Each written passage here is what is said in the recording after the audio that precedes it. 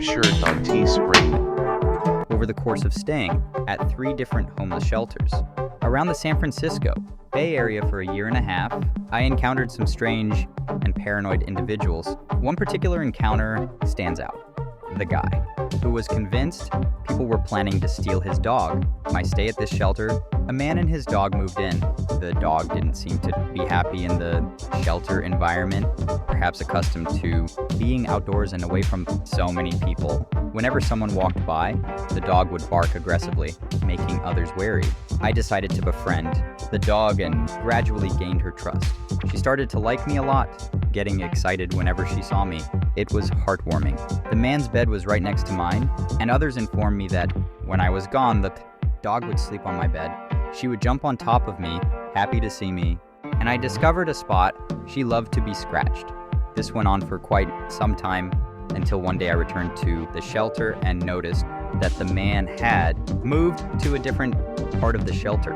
I asked him why, and he shared his belief people were trying to steal his dog. He reluctantly allowed me to pet her, but with a look of anger on his face. In a mean and aggressive manner, he declared that I had pet her enough, leaving me taken aback.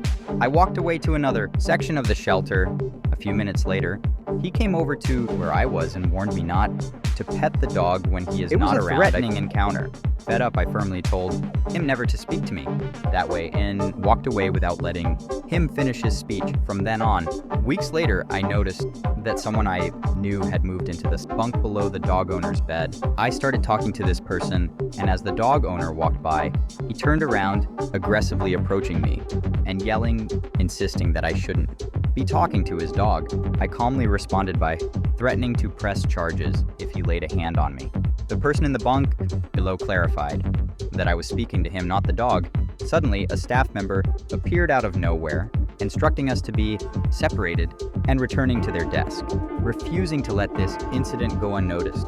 I insisted that we discuss the matter further. I was tired of being falsely accused by people at the shelter.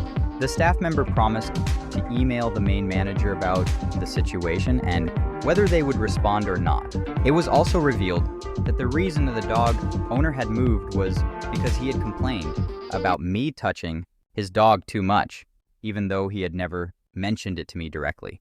After this incident, I had no further contact with the dog owner, and I truly missed playing with the dog.